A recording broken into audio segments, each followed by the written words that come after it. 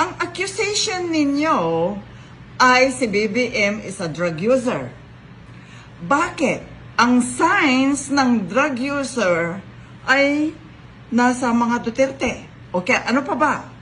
You cannot get away from me or you cannot fool me because I am a nurse. Ang mga pasyente namin is a homeless and drug users.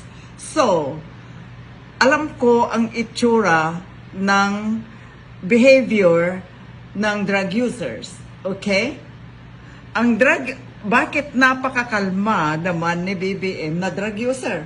Ang drug user is very irritable, easily get angry,